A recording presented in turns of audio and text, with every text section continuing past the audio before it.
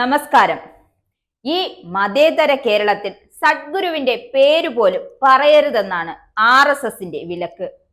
പ്രാർത്ഥനാ പുസ്തകത്തിൽ ശ്രീ നാരായണ ഗുരുവിന്റെ ചിത്രം വന്നതാണ് എതിർപ്പിന് കാരണം. അമ്പലങ്ങളിൽ പ്രാർത്ഥന ചൊല്ലാൻ വിലക്ക് ഏർപ്പെടുത്തുന്നത് നാം കേൾവി പോലും ഇല്ലാത്ത കാര്യമാണ്. അത്തരം വിലക്കുകൾ നമുക്ക് അംഗീകരിക്കാൻ സാധിക്കാത്തതുമാണ്. എന്നാൽ അമ്പലത്തിൽ സ്ത്രീകൾ നടത്തിയ പ്രാർത്ഥനയ്ക്ക് വിലക്ക് ഏർപ്പെടുത്തിയിരിക്കുന്ന സംഭവമാണ് ഇപ്പോൾ പുറത്തു വരുന്നത്. സ്ത്രീകൾ ഗുരുദേവനെ പ്രകീർത്തിച്ച് പ്രാർത്ഥിച്ചത് RSSകാർക്ക് അത്ര അങ്ങോട്ട് ബോധിച്ചില്ല.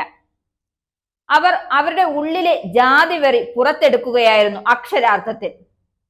തിരുവിതാംകൂർ ദേവസ്വം ബോർഡിന്റെ അധീനതയിലുള്ള ചെങ്ങന്നൂർ കല്ലിശ്ശേരി മഴുക്കിർമേൽ മഹാവിഷ്ണു ക്ഷേത്രത്തിലാണ് ഈഴവ സമുദായാംഗങ്ങളായ സ്ത്രീകൾ സദ്ഗുരുവേ ജയ എന്ന കീർത്തനം ചൊല്ലിയത്.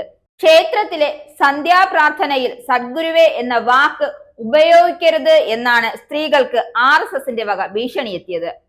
ശ്രീ നാരായണ ഗുരുവിന്റെ കീർത്തനം ക്ഷേത്രത്തിൽ ചൊല്ലരുതെന്നും സ്ത്രീകളോട് ഇറങ്ങിപ്പോകാനുമാണ് മേപ്രം ശാഖയിലെ 2 RSS പ്രവർത്തകർ പറഞ്ഞത്. പ്രാർത്ഥന ഒരു സമുദായത്തെ മാത്രം ഉദ്ദേശിച്ചതല്ലെന്നും സ്ത്രീകൾ അറിയിച്ചുവെങ്കിലും കാര്യമുണ്ടായില്ല.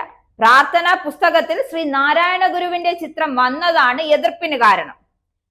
RSS പ്രവർത്തകരുടെ നടപടി ചോദ്യം ചെയ്ത് SNDP പ്രാദേശിക നേതാവിനെ RSSകാർ ഭീഷണിപ്പെടുത്തി.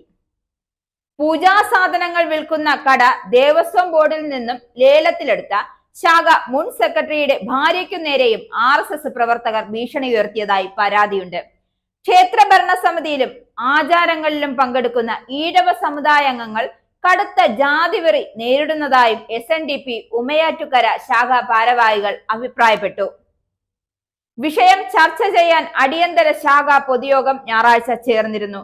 ഗുരു എന്ന വാക്കിനു പോലും ജാതിവെറി കണ്ടെത്തുന്ന വിവേചനത്തിനെതിരെ നിയമപരമായി പ്രതിഷേധം ഉയർത്തുമെന്നും ഭാരവാഹികൾ വ്യക്തമാക്കി.